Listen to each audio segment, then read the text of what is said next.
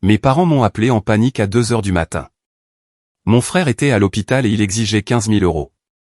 J'ai répondu, appelez votre précieuse fille, j'ai raccroché et je me suis rendormi.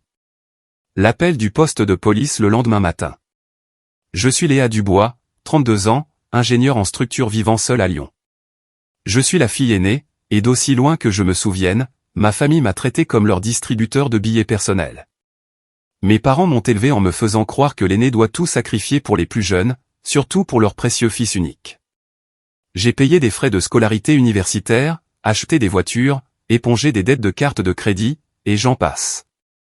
J'ai toujours cédé parce que c'est ce que font les grandes sœurs. Mais cette nuit-là, à 2 heures du matin, quelque chose en moi a finalement craqué. J'ai refusé. Et ce qui s'est passé ensuite a détruit ma famille d'une manière que je n'aurais jamais imaginée. J'ai 32 ans maintenant, je vis seul à Lyon depuis 8 ans, et déménager ici a été de loin la meilleure décision que j'ai jamais prise. Mon jeune frère, Thomas Dubois, a 26 ans. Ma petite sœur, Chloé Dubois, a 23 ans. Papa, Stéphane, a pris une retraite anticipée de la gendarmerie nationale avec une pension décente. Maman, Nathalie, a toujours été mère au foyer.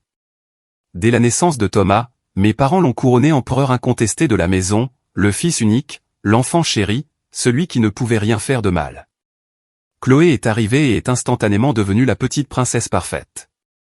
Douce, obéissante, toujours récompensée avec tout ce qu'elle demandait en battant des cils. Et moi, dès l'instant où j'ai pu comprendre les mots, on m'a dit que mon travail était de porter la famille. Tu es l'aînée, Léa. Tu prends soin de ton frère et de ta sœur. C'est comme ça. À 22 ans, fraîchement diplômé de l'université avec mon diplôme d'ingénieur, je suis retourné vivre à la maison près de Marseille pour une année complète. Je cumulais 3 emplois, des journées sur les chantiers, des nuits comme barmaid et les week-ends en freelance sur des logiciels de KO, juste pour pouvoir couvrir les frais de scolarité de Thomas à l'université d'Aix-Marseille. 28 000 € en un seul versement, virés directement de mon épargne. 1 an plus tard, il a abandonné parce que la fac, c'était pas son truc. Maman l'a serré dans ses bras en disant « Les garçons seront toujours des garçons ». Papa l'a emmené à un match de l'OM pour lui remonter le moral. Personne n'a jamais plus mentionné l'argent. 3 ans après ça, Chloé a eu son bac. Maman m'a appelé au travail en pleurant de joie, me disant que ma petite sœur méritait quelque chose de spécial. 2 semaines plus tard, je me suis porté co-emprunteur pour une Mini Cooper cabriolet blanche. Un prêt sur 48 mois, 480 € par mois, prélevé directement sur mon salaire. Chloé m'a envoyé un SMS de remerciement avec des émojis cœur, puis a posté des photos de la Mini sur Instagram avec la légende « Ma grande sœur, un modèle ». J'ai encore la capture d'écran. L'année dernière, maman m'a réveillé à 3 heures du matin, hystérique, parce que les cartes de crédit étaient au maximum. 9 000 € en matériel de gaming pour Thomas et en vêtements de créateur pour la création de contenu de Chloé. J'ai transféré l'argent avant même de sortir du lit. Elle a promis que c'était la dernière fois. Ce ne l'était pas. Chaque fois que j'essayais de dire non, le scénario était le même.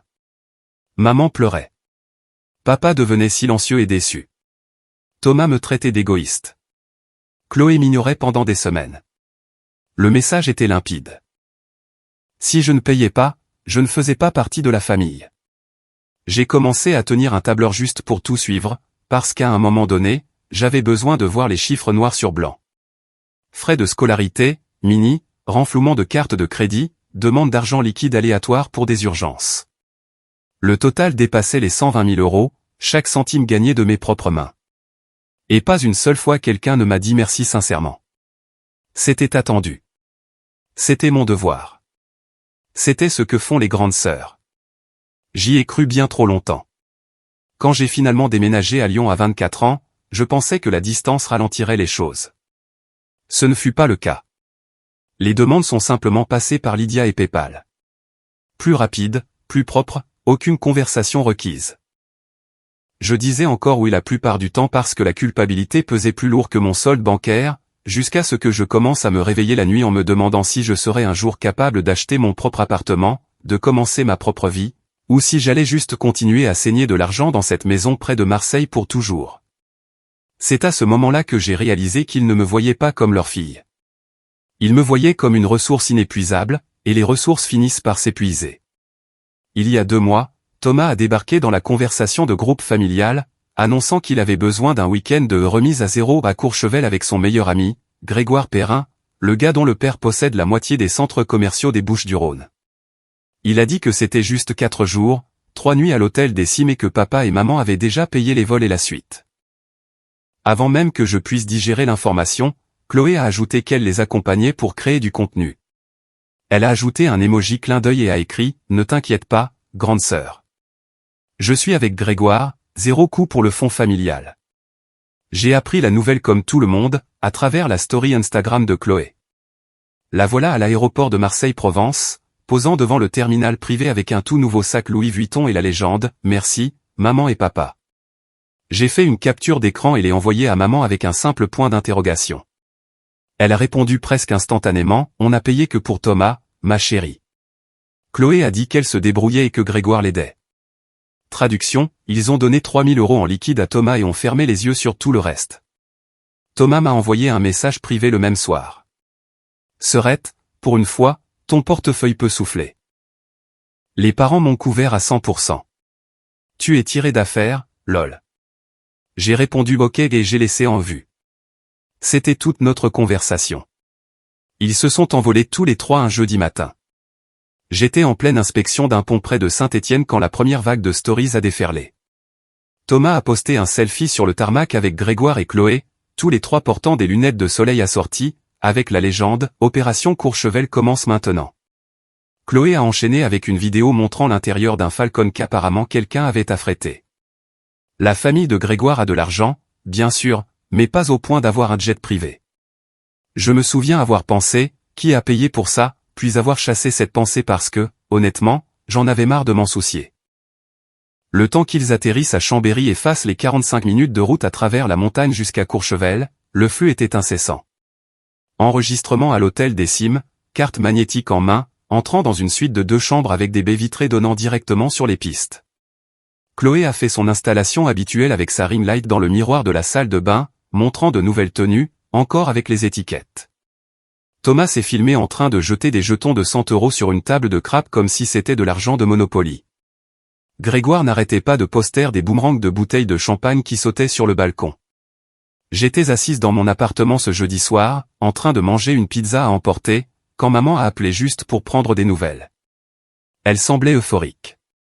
Ton frère se détend enfin, Léa. Il travaille si dur pour se trouver. J'ai failli m'étouffer avec une bouchée.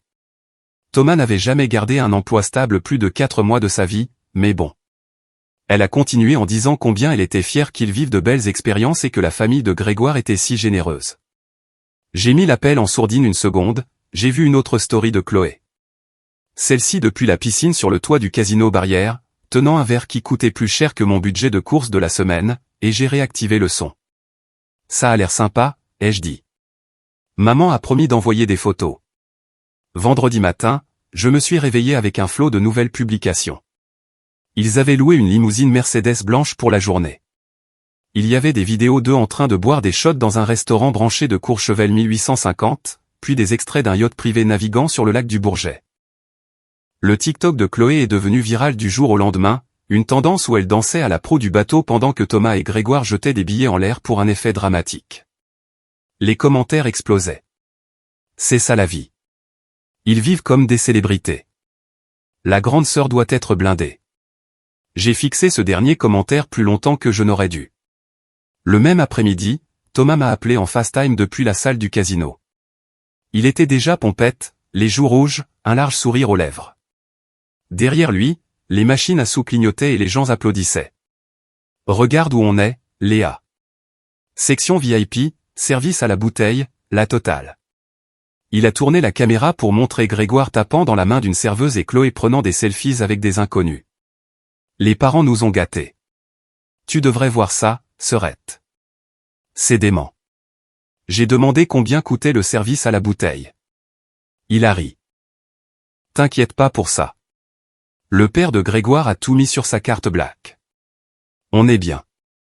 Puis il a baissé la voix comme s'il me confiait un secret. Sérieusement, merci d'avoir toujours assuré nos arrières quand on était jeunes. Cette fois, c'est nous qui régalons. L'appel s'est terminé avec lui m'envoyant des bisous. Je suis resté là, à fixer mon téléphone, quelque chose d'amer montant dans mon estomac. 3000 € de papa et maman, jet privé, limousine, yacht, service à la bouteille sur une carte black. Les comptes n'y étaient pas, mais je me suis dit que ce n'était pas mon problème. Ils étaient adultes. Si Grégoire voulait frimer, c'était son affaire. Si papa et maman voulaient gâter Thomas une fois de plus, c'était leur argent de retraite, pas le mien. Alors, j'ai désactivé les notifications, je suis allé à la salle de sport et j'ai essayé de faire comme si je m'en fichais. Le samedi soir, les publications avaient encore pris de l'ampleur.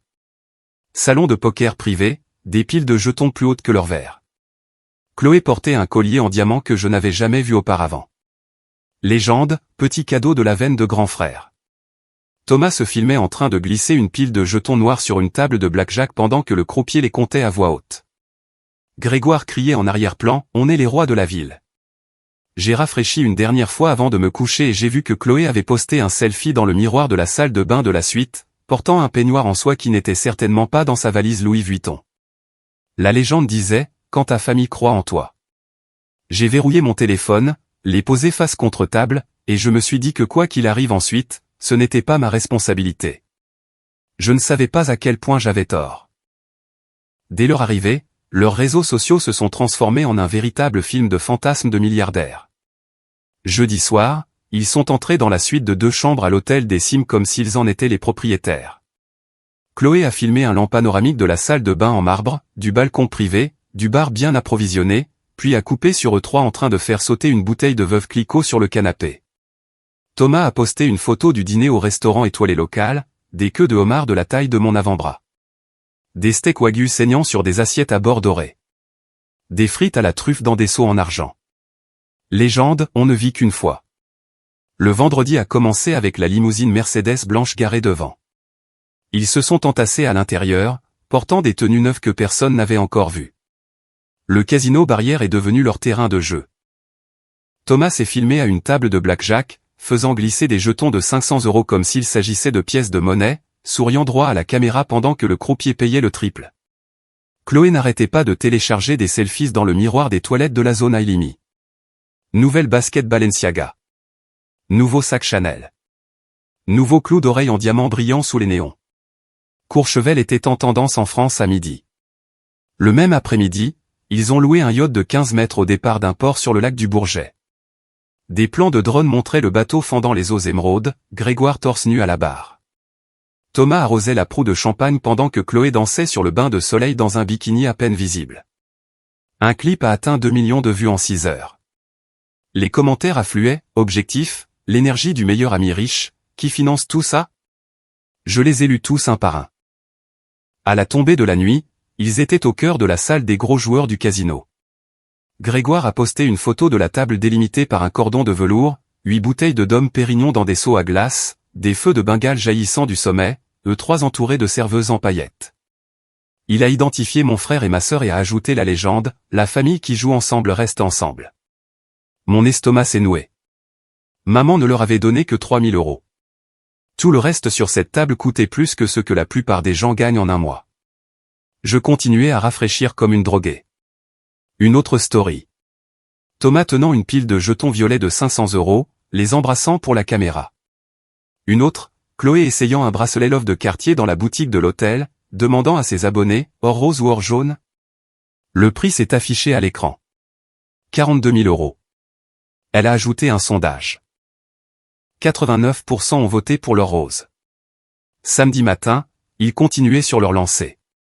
Le brunch à la piscine sur le toit s'est transformé en beuverie diurne. Une cabane privée, des tours de fruits de mer, des mimosas à volonté. Chloé a fait un direct de 20 minutes montrant la vue, faisant un panoramique sur Thomas et Grégoire qui jetaient de l'argent dans l'eau pour que le drone le filme. Quelqu'un dans les commentaires a demandé d'où venait l'argent. Thomas l'a lu à voix haute, a ri et a dit, « T'inquiète pas pour ça. On est béni. » J'étais assise à mon bureau, faisant semblant de travailler, tandis que mon téléphone me brûlait la main. Chaque notification était comme une gifle. Je connaissais le compte en banque de mes parents mieux qu'eux. 3000 € n'achètent pas des yachts privés et des bracelets à 40 000 €. Grégoire venait d'une famille aisée, mais même son père avait des limites. Quelque chose n'allait vraiment pas. Et plus je regardais, plus je sentais cette vieille angoisse familière me remonter le long de la colonne vertébrale. Samedi après-midi, les publications se sont calmées pendant quelques heures. J'ai pensé qu'il s'était enfin effondré. Puis le déluge a recommencé. Salon de poker privé cette fois. Tapis de feutre, croupier professionnel, des piles de jetons si hautes qu'il fallait des plateaux. Thomas s'est filmé en train de pousser 50 000 € de jetons au centre, calme comme tout. Grégoire a hurlé quand il a remporté la main. Chloé était assise sur les genoux de Thomas, portant le quartier en or rose, filmant droit sur la montagne de jetons avec la légende « Grand frère est en feu ce soir ». J'ai fait le calcul dans ma tête. Le buy-in pour ce salon commençait à 25 000 € par siège. 3 sièges plus le yacht, les bouteilles, les bijoux. On dépassait facilement les 200 000 € en moins de 48 heures. Mon téléphone a vibré avec un texto de maman, un selfie d'elle et de papa à la maison, souriant devant la télé. Légende, si fière de nos enfants qui vivent leur meilleure vie. Elle a ajouté une série d'émojis cœur. J'ai fixé ce message jusqu'à ce que l'écran devienne noir. Je savais que mes parents n'avaient pas ce genre d'argent de côté. Leur retraite était confortable, pas au niveau des Kardashian, ce qui ne pouvait signifier qu'une chose. Quelqu'un était en train d'accumuler une dette qu'il n'avait aucun moyen de rembourser. Et chaque fois que cela s'était produit auparavant, l'appel téléphonique m'était toujours parvenu. J'ai mis la conversation de groupe en sourdine, fermé toutes les applications et je me suis dit que quel que soit le gâchis qu'ils étaient en train de faire cette fois, je n'allais pas le nettoyer. Je n'avais aucune idée de la rapidité avec laquelle cette promesse allait être mise à l'épreuve. À exactement 2h17 du matin, le samedi, mon téléphone s'est allumé comme une alarme incendie. Le nom de maman clignotait encore et encore.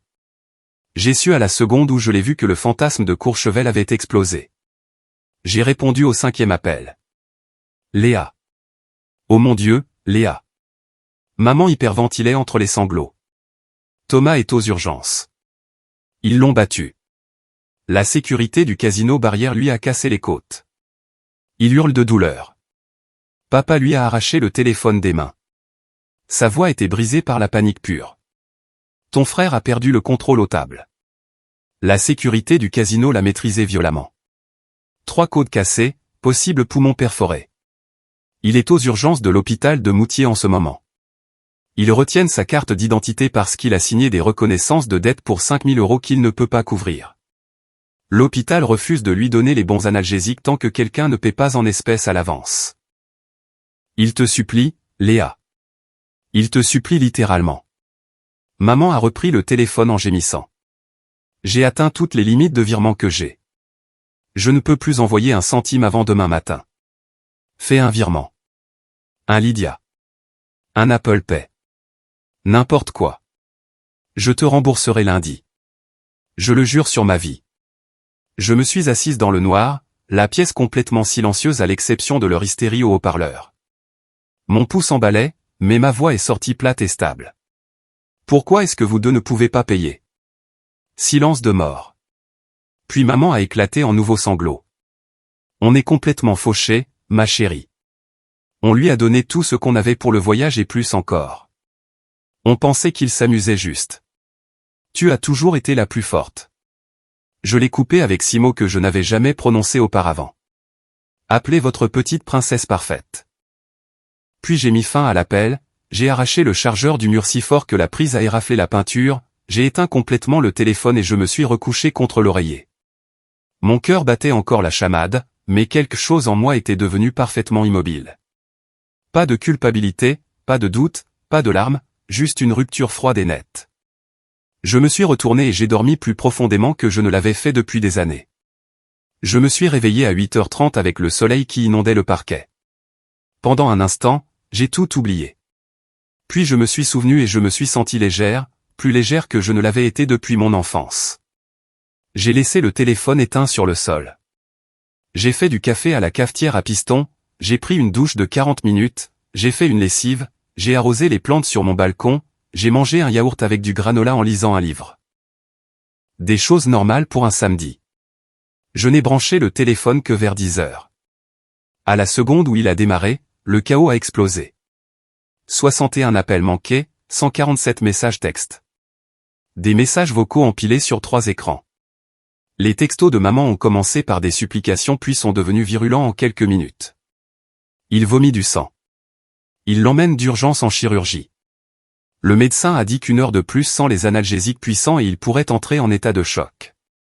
Tu es en train de tuer ton frère. Je n'aurais jamais pensé voir ma fille devenir ce monstre. Papa a envoyé un seul message. Il demande pourquoi tu le détestes. Chloé est passée en mode nucléaire. Elle a posté un TikTok de 30 secondes depuis le couloir des urgences, le visage strié de mascara, la voix tremblante. Mon frère de 26 ans se bat pour sa vie en ce moment. Et ma propre sœur refuse d'envoyer 5 000 euros. 5 000 euros. Elle gagne un salaire à 6 chiffres et elle le laisse souffrir. S'il vous plaît, partagez. Elle a tagué mon nom complet, mon entreprise, ma ville. La vidéo a atteint 1 million de vues en 2 heures. Puis sont venues les photos. Thomas sur un brancard, la chemise découpée, les côtes bandées, le visage enflé, violet et noir, les yeux révulsés. Un gros plan de la reconnaissance de dette du casino, sa signature tremblante sous un solde de 5 000 euros en rouge vif. Une capture d'écran des tentatives de virement refusées de maman. Une autre vidéo de Chloé lui tenant la main pendant qu'il gémissait, avec la légende « Grande sœur ne le sauvera pas ». Des inconnus ont inondé mes messages privés. J'espère que tu pourriras en enfer. Le karma arrive. Fausse féministe. Quelques personnes que je connaissais réellement m'ont envoyé des messages privés. Léa, c'est vrai? Qu'est-ce qui se passe? J'ai fait défiler tout ça en mangeant des céréales, ne ressentant absolument rien. Le casino a appelé en premier, un numéro masqué de sa voix. J'ai répondu. Madame Dubois, ici le service de crédit du casino Barrière de Courchevel. Nous retenons votre frère pour une reconnaissance de dette impayée. Pouvons-nous débiter une carte maintenant pour libérer sa pièce d'identité et clore le compte? Non. Contactez ses parents. La femme a hésité. Ils sont venus. Leurs cartes sont au maximum. Ce n'est pas mon problème. Clic, le service de facturation de l'hôpital a sonné 10 minutes plus tard. Une infirmière fatiguée a expliqué, la politique, la loi française nous autorise à exiger un paiement en espèces lorsqu'aucune assurance n'est présentée et que le patient est suffisamment stable pour attendre. Nous lui avons donné la dose minimale, mais l'anesthésiste ne le prendra pas sans la compte. Encore une fois. Pas ma facture. Pas ma responsabilité. Elle a soupiré et a raccroché. Maman a essayé en FaceTime, refusé. Papa a essayé, refusé. Chloé a essayé depuis 3 comptes différents, tous refusés. Grégoire m'a envoyé un texto depuis le téléphone de Thomas. Ta sœur est littéralement la pire personne que j'ai jamais rencontrée. Bloqué. Maman a envoyé une dernière série de messages vocaux, chacun plus délirant que le précédent. J'en ai écouté un, 30 secondes d'elle hurlant que je déchirais la famille, que Dieu regardait, que je brûlerais pour ça. J'ai supprimé le reste sans l'écouter. J'ai ouvert mon application bancaire, j'ai regardé le solde pour lequel j'avais saigné, et j'ai senti une vague de calme m'envahir. 5 000 euros ne m'auraient pas ruiné. 10 000 non plus. Mais j'en avais fini d'être le parachute chaque fois qu'il décidait de sauter d'une falaise. J'ai bloqué le numéro de maman pour la première fois de ma vie, puis celui de papa, puis tous les numéros inconnus qui avaient appelé ce matin-là. J'ai fait une deuxième tasse de café, j'ai mis des chaussures de course et je suis allé faire un jogging de 8 km le long des berges du Rhône. Le ciel était clair, l'air froid, ma tête complètement silencieuse. Quand je suis rentré, la cagnotte Litchi de Chloé était en ligne. Objectif 20 000 euros pour sauver Thomas de la négligence médicale. Elle était déjà à 9 000 euros. Le donateur le plus généreux a écrit « Aucune sœur ne devrait jamais faire ça ». J'ai pris une autre douche, j'ai commandé de la nourriture thaïlandaise et j'ai travaillé sur une présentation pour lundi comme si de rien n'était. Avant de me coucher, j'ai débloqué maman juste assez longtemps pour envoyer un message. Je suis en sécurité. Je vais bien. Ne me contacte plus tant que tu ne seras pas prête à me traiter comme une fille, pas comme une carte de crédit. Puis je l'ai rebloqué et j'ai éteint le téléphone. Cette nuit-là, j'ai dormi 12 heures d'affilée. Dimanche matin, je me suis réveillé naturellement à 8h47. La lumière du soleil filtrait à travers les stores. Pas de réveil, pas d'angoisse dans ma poitrine. J'ai fait du café, j'ai ouvert la porte du balcon pour laisser entrer l'air froid de Lyon, et c'est seulement à ce moment-là que j'ai rebranché mon téléphone au chargeur. Il a mis 12 secondes à démarrer complètement. Le premier appel est arrivé à 9h01 pile, un indicatif de la région. J'ai répondu en remuant mon porridge. Léa Dubois? Une voix masculine calme. Ici le brigadier Ramirez, police nationale de Moutier. Je vous appelle au sujet de votre frère Thomas. Je l'ai mis sur haut-parleur et j'ai continué à remuer. Allez-y. La nuit dernière, vers minuit 40, la sécurité de l'hôpital nous a contactés après que Thomas a agressé un superviseur au casino Barrière. Le superviseur a nécessité 12 points de suture au-dessus de l'œil gauche. Lors de la garde à vue, nous avons découvert que M. Dubois a utilisé une fausse carte d'identité pour établir une ligne de crédit de 50 000 €. Il est actuellement en détention pour agression avec violence, fraude et possible usurpation d'identité. La caution a été fixée à 8 000 € en espèces uniquement. L'hôpital de Moutier retient également une caution chirurgicale distincte de 6 000 € avant de procéder à la réparation des côtes. J'ai goûté le porridge. Il manquait de sel. Et vous m'appelez parce que vous êtes répertorié comme contact d'urgence principal et co-garante sur les papiers du casino. Pouvez-vous venir au poste ou virer les fonds? J'ai ajouté du sel. Je suis à 800 km de là, à Lyon. Je ne suis pas sa tutrice, pas son épouse, pas sa co-signataire. Ses parents légaux sont Stéphane et Nathalie Dubois, près de Marseille. Adressez-leur toute communication. L'officier Ramirez a tapé quelque chose. Nous avons parlé aux parents. Ils sont présents mais incapables de fournir le montant requis. Thomas a spécifiquement demandé que nous continuions à essayer de vous joindre. Alors Thomas vous a menti. Je ne paierai pas un centime. Bonne journée. J'ai raccroché, j'ai versé le porridge dans un bol et j'ai mangé sur le balcon, en regardant les coureurs sur le sentier en contrebas. Les textos n'avaient pas cessé depuis que j'avais disparu des radars. Maman avait envoyé 312 messages pendant la nuit. J'ai fait défiler lentement. Des photos de Thomas menotté à un lit d'hôpital, le visage méconnaissable, la poitrine enveloppée de gaz taché de sang. D'autres photos, la fausse carte d'identité avec mon ancienne adresse photoshopée dessus. Des messages vocaux. Maman hurlant, il le traite comme un animal. Le seul texto de papa, il risque la prison, Léa. La vraie prison. Chloé était passée à l'escalade nucléaire. Elle était en direct sur Instagram et TikTok depuis le parking du commissariat. Les cheveux en chignon désordonnés. De fausses larmes coulant sur son visage. Mise à jour, mon frère est maintenant en état d'arrestation parce que ma sœur refuse toujours d'aider. La police ne le relâchera pas 114 000 €. Il a utilisé une fausse carte d'identité parce qu'il était désespéré. Voilà ce qui arrive quand votre famille vous abandonne. Elle a zoomé sur le panneau du commissariat, puis sur sa propre lèvre tremblante. 1,2 million de spectateurs et ça continuait de grimper. Le chat était un bain de sang. Les gens divulguaient mon email professionnel, mon LinkedIn, même le nom de ma résidence. Grégoire m'a envoyé des messages privés depuis 3 comptes différents. Tu es vraiment diabolique. J'espère que tu pourras vivre avec ça.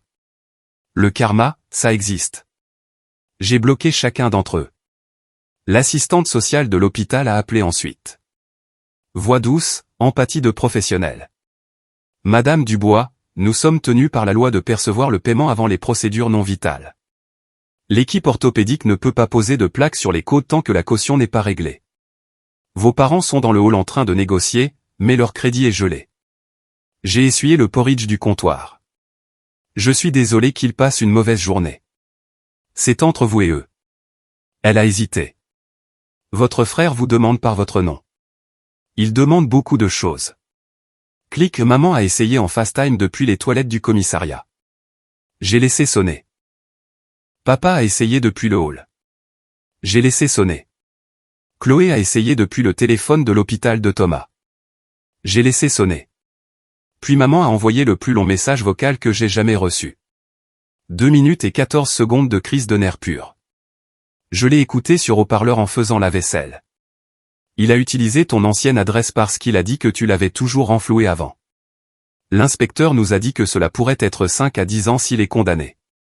Ils l'ont mis dans une combinaison orange. Léa, mon petit garçon dans une combinaison orange. Nous sommes assis dans une pièce qui sent le vomi pendant que des inconnus en ligne nous envoient de l'argent parce que sa propre sœur ne lève pas le petit doigt. J'aurais aimé ne jamais avoir de fille. Je l'ai supprimé, rincé le bol et lancé une machine à laver. À 11h10, le casino a rappelé, un directeur cette fois. Nous pouvons réduire la reconnaissance de dette à 3 000 € si elle est payée aujourd'hui, et signer une reconnaissance de dette pour le reste. Pas ma reconnaissance de dette, pas ma signature, pas mon problème. L'agent de cautionnement a appelé 5 minutes plus tard. 10% non remboursable, 800 € en espèces. On peut le faire sortir en 2 heures. Appelez ses parents. Ils sont là. Zéro garantie. J'ai raccroché. La cagnotte Litchi de Chloé a explosé au-delà de 70 000 €. Elle a posté un selfie le visage strié de larmes, tenant une pancarte en carton. Merci aux inconnus d'aimer mon frère plus que sa propre sœur. Le don le plus élevé, 5 000 €, était accompagné du message « d'un enfant bouc émissaire à un autre ». Fais-le sortir. J'ai rafraîchi ma messagerie professionnelle. 47 nouveaux messages.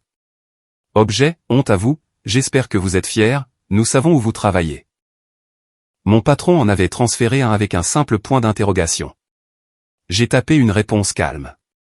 Affaire de famille, je la gère en privé, de retour au bureau demain. Envoyé. Le dernier texto de maman est arrivé à 13h13. Il le transfère au centre pénitentiaire d'Eton ce soir si la caution n'est pas payée.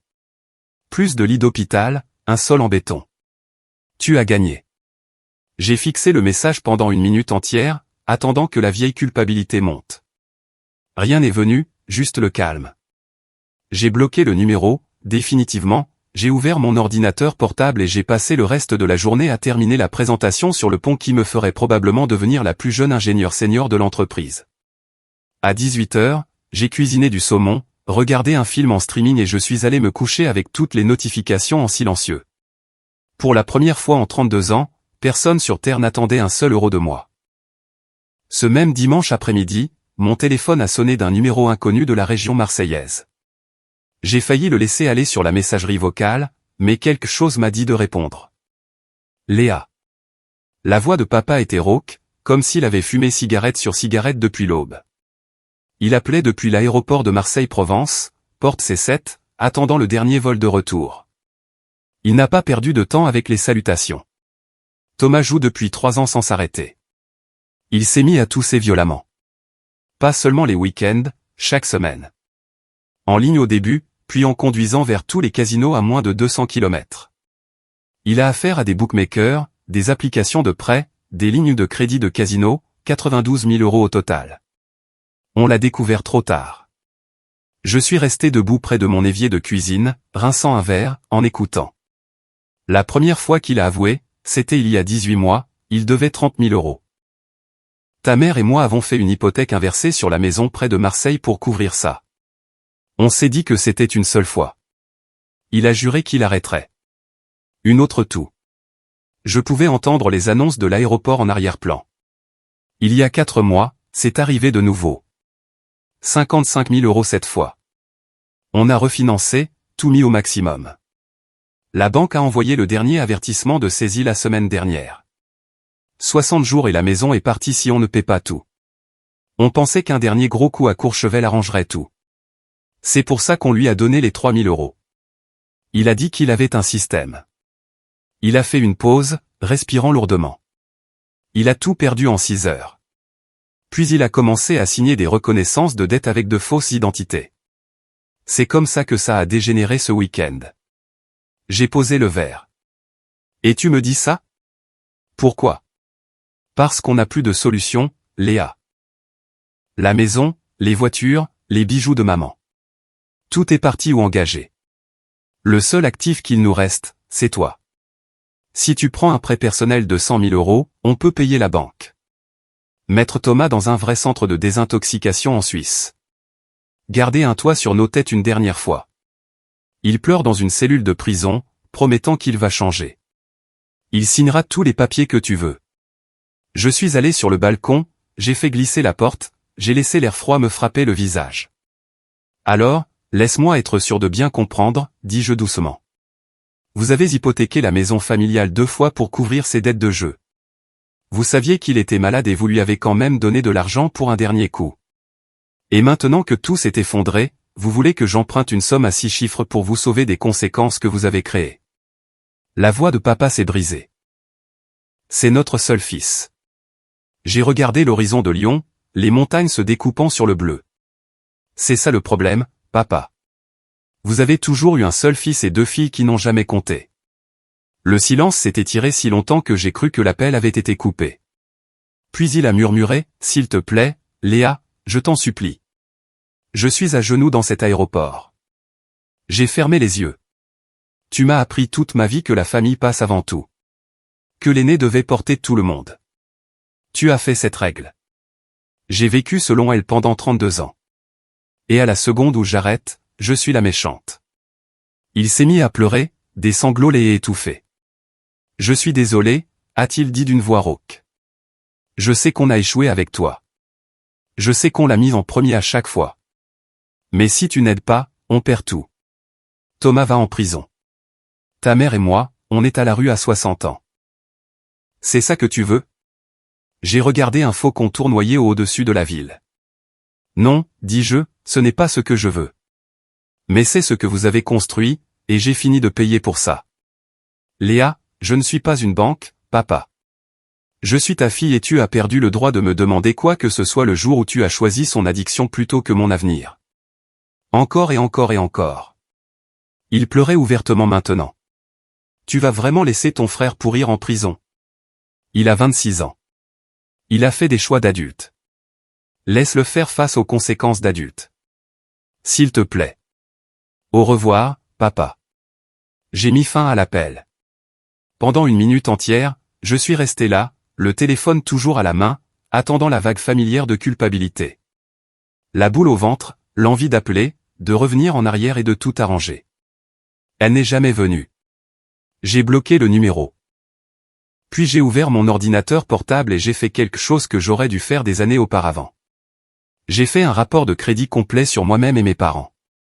Les hypothèques inversées étaient là, noir sur blanc, au nom de maman et papa uniquement. Thomas n'était même pas sur l'acte de propriété.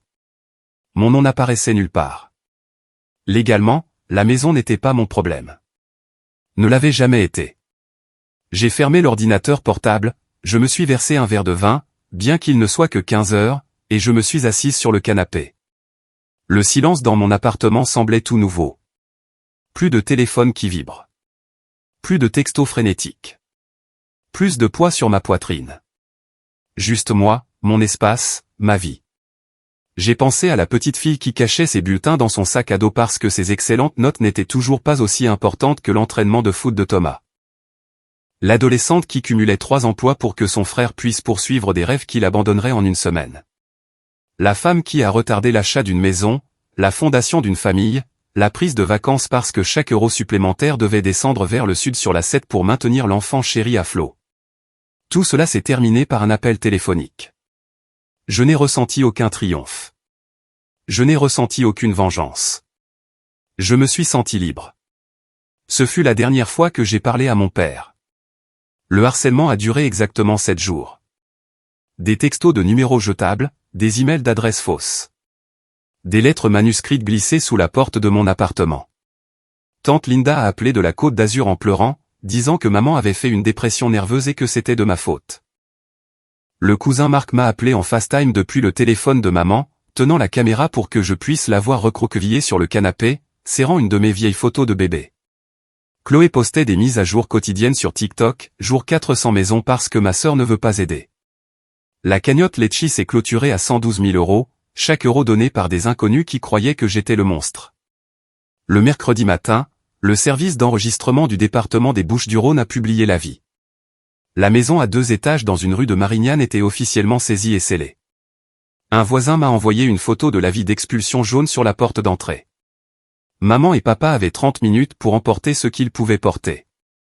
Tout le reste appartenait à la banque. Le même après-midi, Thomas a comparu devant un juge par liaison vidéo depuis le centre pénitentiaire d'Éton. Le procureur a offert un accord, la fraude qualifiée réduite à un délit simple plus un traitement obligatoire de 90 jours en internat pour la dépendance au jeu dans un établissement financé par l'État près de Grenoble. Il a accepté. Le vendredi, il était dans un bus pénitentiaire, les poignets entravés, en direction du nord. Les contrats de sponsoring de Chloé se sont évaporés du jour au lendemain. Asos, Pretty Little Thing et 3 sociétés de blanchiment des dents l'ont tous lâché en 48 heures. Des fils de discussion sur Reddit ont disséqué chaque publication sponsorisée qu'elle avait jamais faite, la qualifiant de fille qui criait au loup pour des bracelets Cartier. Son nombre d'abonnés a chuté d'un demi-million en 4 jours. Elle a fait un dernier direct depuis un motel bon marché sur une nationale, le mascara coulant, suppliant ses abonnés de ne pas se désabonner. Le chat s'est rempli d'émojis qui rient. Je n'ai rien regardé de tout cela directement. J'avais déjà changé mon ancien numéro, l'avais transféré vers un cimetière Google Voice et en avais obtenu un nouveau que seules 8 personnes sur Terre possédaient. J'ai bloqué tous les comptes qui avaient appartenu à un parent de sang, puis j'ai rendu mon Instagram privé et j'ai nettoyé toutes les photos où j'étais identifié. Le dimanche soir, j'ai signé un bail pour un nouveau loft dans le quartier de la Confluence, à 20 minutes de mon ancien appartement à travers Lyon. Les déménageurs sont venus lundi à l'aube. À midi, j'étais parti. Aucune adresse de suivi laissée derrière. Le silence qui a suivi était à couper le souffle. Plus d'appels de panique à 3 heures du matin. Plus de demandes Lydia déguisées en urgence. Plus de voyages de culpabilité déguisés en amour. Ma boîte de réception est restée vide, à l'exception du travail et de vrais amis. La batterie de mon téléphone a duré 2 jours complets. Je marchais jusqu'au nouveau café du coin chaque matin et je commandais le même latte au lait d'avoine sans que personne ne me demande de lui avancer 10 € pour l'essence. Je faisais des randonnées seul le week-end et je n'avais pas à expliquer pourquoi je ne pouvais pas envoyer de billets d'avion. Je cuisinais le dîner sans le bruit de fond de l'angoisse que quelqu'un était sur le point de tout perdre et de me blâmer de ne pas l'avoir rattrapé. Un soir, je me suis assise sur mon nouveau balcon, regardant le soleil tomber derrière les montagnes, et j'ai réalisé que je n'avais pas senti mes épaules se tendre une seule fois en 6 jours. J'ai ouvert une bouteille de vin que je gardais pour une célébration qui n'est jamais venue, je me suis versé un verre et je me suis laissé pleurer, non pas de tristesse, mais de pur soulagement vertigineux. Couper les ponts avec eux n'était pas de la cruauté. C'était de l'oxygène. J'ai enfin compris que l'amour n'exige pas l'autodestruction, que les limites ne sont pas une trahison, que me choisir n'était pas une punition que je leur infligeais. C'était la conséquence qu'ils avaient méritée, une facture impayée, un mensonge excusé, un avenir hypothéqué à la fois. J'ai encore consulté une fois le registre des détenus du département, par automatisme plus qu'autre chose. Le statut de Thomas indiquait « Programme de réhabilitation de l'État ». J'ai fermé l'onglet et je n'ai plus jamais regardé. La dernière publication publique de Chloé était une photo floue d'un camion de déménagement avec la légende « Recommencer à zéro grâce au sang ». Elle a obtenu 3000 j'aime, puis son compte est devenu silencieux. Maman a essayé une dernière fois. Une lettre transférée de mon ancienne adresse, postée d'Aubagne. À l'intérieur, un seul Polaroid de moi à 6 ans, édentée et souriante dans une piscine de jardin avec les mots « Nous sommes désolés » et griffonnés sur le bord blanc de sa main. J'ai regardé la photo pendant un long moment, puis je l'ai jetée dans le bac de recyclage avec le courrier indésirable. Je ne les détestais pas. La haine demande de l'énergie. J'avais simplement épuisé tout ce qu'il me restait à donner. J'ai eu 33 ans cet automne-là. Je me suis acheté un gâteau, j'ai invité 3 collègues qui étaient devenus de vrais amis, et nous l'avons mangé sur le nouveau balcon sous des guirlandes lumineuses. Personne ne m'a demandé de payer pour quoi que ce soit. Personne n'a pleuré. Personne n'a posté à ce sujet en ligne en quête de pitié.